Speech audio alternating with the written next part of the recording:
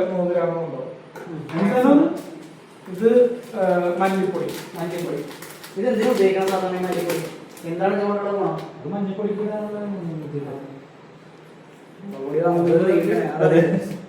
സാധാരണ ചിക്കനും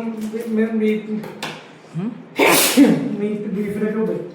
അതുണ്ട് ബീഫിനൊക്കെ ഉപയോഗിക്കാറില്ല. ബീഫിനും ചിക്കനൊക്കെ ഉപയോഗിച്ച് മല്ലിപ്പൊടി കൊണ്ട് എന്തൊക്കെ ഉണ്ടാക്കാൻ പറ്റും? മുട്ടക്കറിയൊക്കെ ഉണ്ടാക്കാൻ പറ്റും. മുട്ടക്കറി ഉണ്ടാക്കാൻ പറ്റും. വേറെന്താ? ചിക്കൻ കറി ഉണ്ടാക്കാൻ പറ്റുമോ മല്ലിപ്പൊടി കൊണ്ട്? മല്ലിപ്പൊടി മാത്രമല്ല എല്ലാ പൊടികളും വേണം.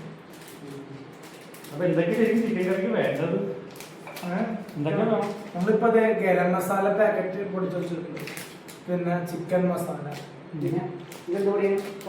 ഇതിപ്പോ മല്ലിപ്പൊടി. പിന്നെ ഇതിപ്പോ നമുക്ക് ഫുൾ എടുക്കുന്നത് മാത്രമേ ഉള്ളൂ കാണിക്കാൻ വേണ്ടി. പക്ഷെ നമ്മള് ഒരു 2 ടീസ്പൂണോ 3 ടീസ്പൂണോ മാത്രം ഇട്ടാൽ മതി. ഇത്ര മാത്രം മതി.